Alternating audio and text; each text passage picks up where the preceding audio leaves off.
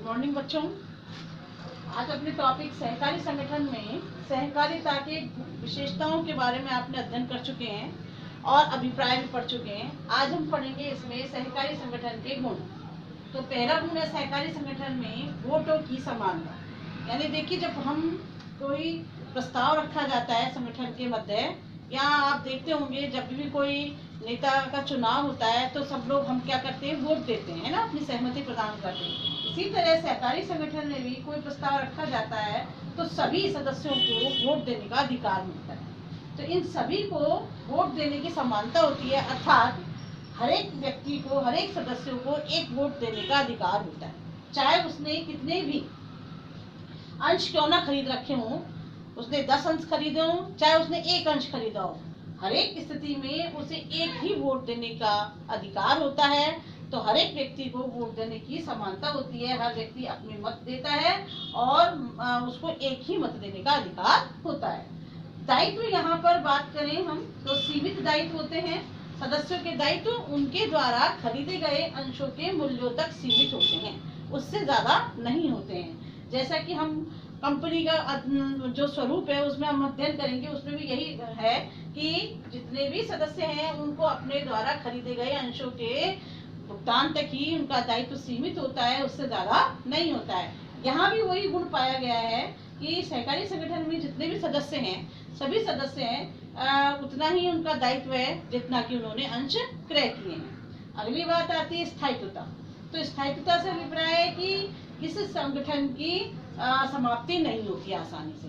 जैसे हमने साझेदारी में पढ़ा, जैसे हमने एकल व्यापार में पढ़ा कि अगर एकल व्यापारी की मृत्यु हो जाती है या साझेदारी संगठन में साझेदारों में से किसी एक साझेदार की मृत्यु हो जाए या अवकाश ग्रहण कर दे तो साझेदारी समाप्त हो जाती है, या एकल स्वरूप एकल व्यापार समाप्त हो जाता है। लेकिन यहाँ ऐसा नहीं है। यहाँ भी वो कंपनी का एक गुण जो है स्थायित्वता का, वो गुण सहकारी संगठन में भी पाया जाता है। अर्थात जो सदस्यों की मृत्यु से, उनके आवागमन से संगठन पर कोई प्रभाव नहीं पड़ता है, ये निरंतर चलता रहता है जब तक कि सारे सदस्य उसमें कार्य करते रहते हैं। नेक्स्ट बात आती है मितव्ययी प्रचालन। यानी इसका जो संचालन पर जो खर्चा आता है वो बहुत ही कम होता है, बहुत ज्यादा इस पर खर्चा नहीं आता है, तो खर्च जो है बहुत कम होता है। अगर हम दूसरे स्वरूपों की बात करें तो उनकी तुलना में इसमें प्रचालन पर किया गया खर्च बहुत ही सीमित होता है।